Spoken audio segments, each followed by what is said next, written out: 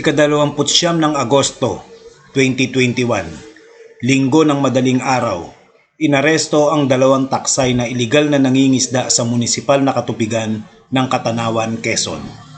Ang nagsagawa ng operasyon ay ang pinagsanib na puwersa ng BIFAR, Coast Guard at Bantay Dagat ng Agdangan. Kaya pasensya na po kayo kung nagkakaroon tayo ng mga interception na ganyan at yan po naman ay may reklamo na po sa amin sarili. Reklamo yan ng maliliit na mga isda ng Catanawan. Sino ang tumawag sa BIFAR? Oo, tumawag sa BIFAR. Ay ang BIFAR man humingi ng ayuda. Oo. Yung mga kasama nila ka-join. Oo. Eh, siyempre, lagi naman Agdangan, Bandagat Agdangan. Oo.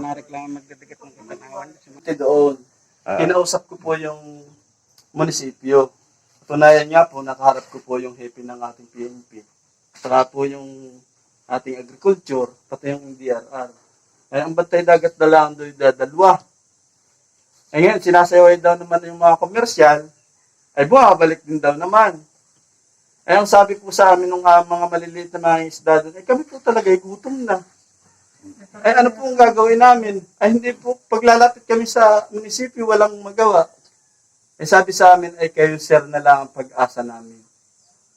At pag yan ay hindi po niyo pa na-aksyonan, ay kami babalik na sa bundok. At maigi pa doon, may 5 kilong bigas na binibigay. Oh. Eh talaga nakakaawa.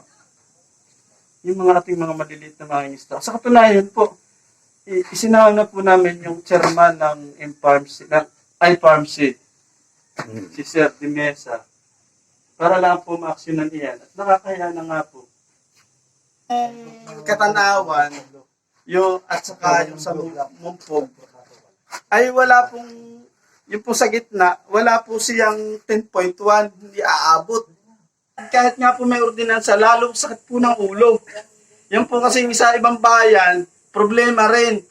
Gusto ng mga komersyal magkaroon ng 10.1 para sila yung mga sales 10.1. Ang problema sir, katulad nga na rin, ay 3 kilometro lang buhat sa shoreline. Nag-operate po? Oo. Ay sobrang lapit. Ang taksay ay isang klase ng komersyal na palakaya. Ayon sa RA 8550 na naamyendahan ng RA 10654, ang komersyal na palakaya ay hindi maaring mangisda sa loob ng munisipal na katubigan. Ang munisipal na katubigan ay may lawak na 15 kilometro mula sa baybay at nakalaan lang para sa munisipal na mangingisda. Pero hindi po small ang bangka natin. Ang ating pong bangka ay medium. Medium commercial fishing vessel. Sapagkat nakalagay po din 21.3 gross tonnage. Ngayon po, kung ang inyong crew ay 20, ang inyong may ID lang po ay 6, ibig sabihin meron po kayong 14. 14 times 4,000.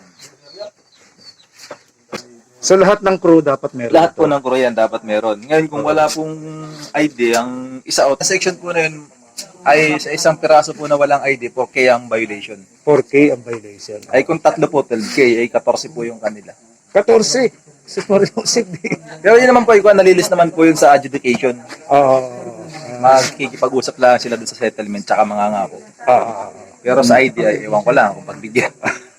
Or National law pa rin. national law. Kaya lang, yung kasong administrative. Administrative Adjudication Committee. Na po pwede po namin kayong kasuhan as kasong administratibo.